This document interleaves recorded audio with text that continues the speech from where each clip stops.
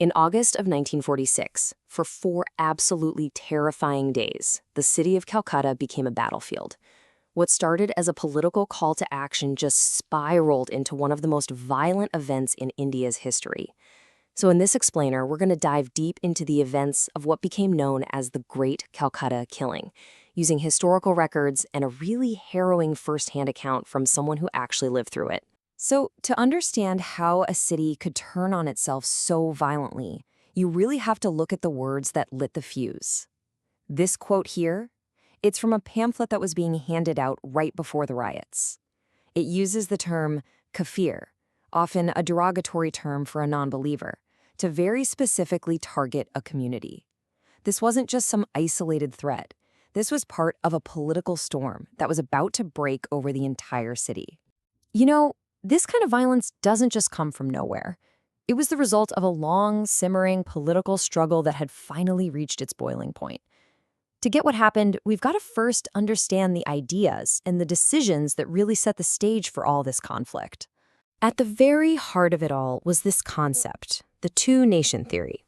It was championed by Muhammad Ali Jinnah, and it basically argued that Hindus and Muslims weren't just two different religions, but that they were two completely distinct nations. And if that's the case, the Muslim League argued, then they needed a separate country, Pakistan. This one idea was the fundamental driver of the whole conflict. So this demand for a separate state, first made official way back in 1940, it just escalated dramatically in the summer of 1946. The whole tone shifted from a political goal to really a direct threat.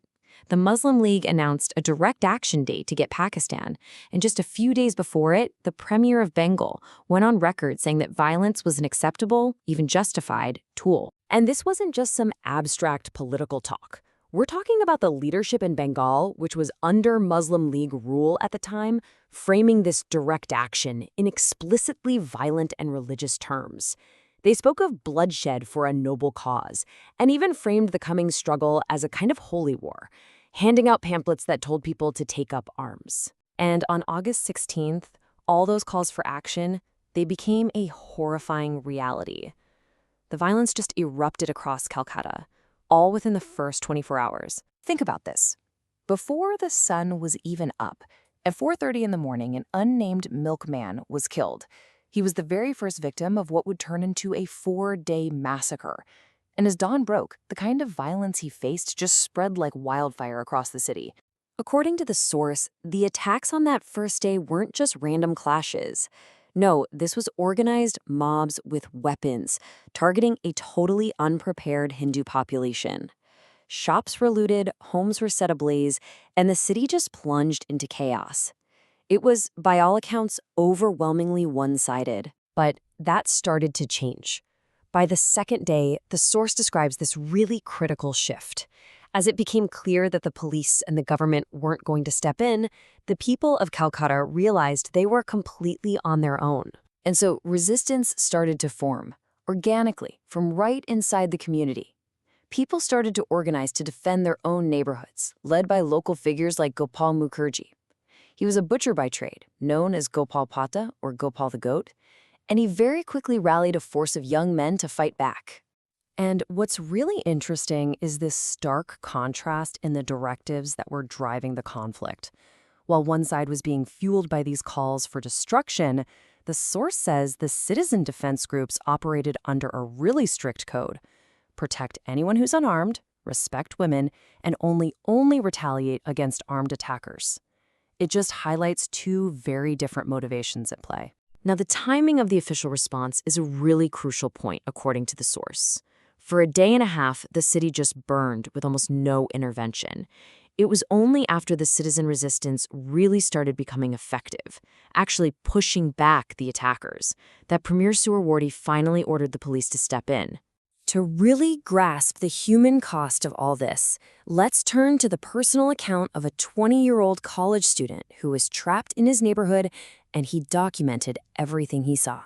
Just try to imagine being 20 years old, watching this from your own rooftop. This is what he saw on that first night. Not just a few fires here and there, but a glow that spanned the entire horizon. He describes this feeling of just complete helplessness. watching his city burn while the arsonist seemed to be operating without any opposition at all. But then on August 17th, something was different. After a full day of terror and the sounds of attack, the student heard a new sound rising up from the streets. It was a sound he hadn't heard since the violence began. These were the slogans of the resistance. For that student and his neighbors, hearing them for the very first time meant they were no longer alone. What had been a one-sided attack had now turned into a fight for the city itself. And then this really dramatic moment happened. A truck full of Sikh men, their turbans off and their swords drawn, just drove right through the main road. The student recalls how the rioters who'd been terrorizing the area immediately vanished. It was this powerful show of force that brought, at least for a while, a calm to his neighborhood. By the third day, an organized rescue effort finally began. Relief buses started showing up from safer parts of the city to evacuate people who were trapped. The whole thing was pretty methodical.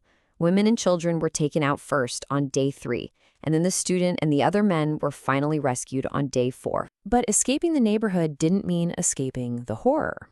As people were finally able to move through the city, the true, absolutely devastating scale of the last 4 days became sickeningly clear. This is what that student saw as his bus drove through the city. Not just death, but a landscape of death. He realized that while he was trapped in his own little lane, he had no idea of the sheer scope of the massacre that had unfolded just a few streets away. And the horror wasn't just limited to one area. The student later learned from his brother about another massacre in a neighborhood called Mitia Bruise. There, on the 4th day, 500 Oriya laborers were killed, and their bodies were just thrown into the Hugli River. I mean, for 4 full days, Calcutta simply stopped working.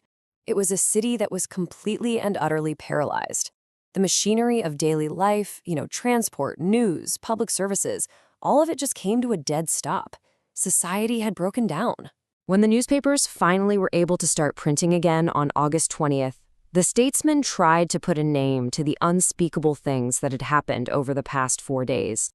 And the name they chose in their editorial is the one that has stuck ever since, the Great Calcutta Killing.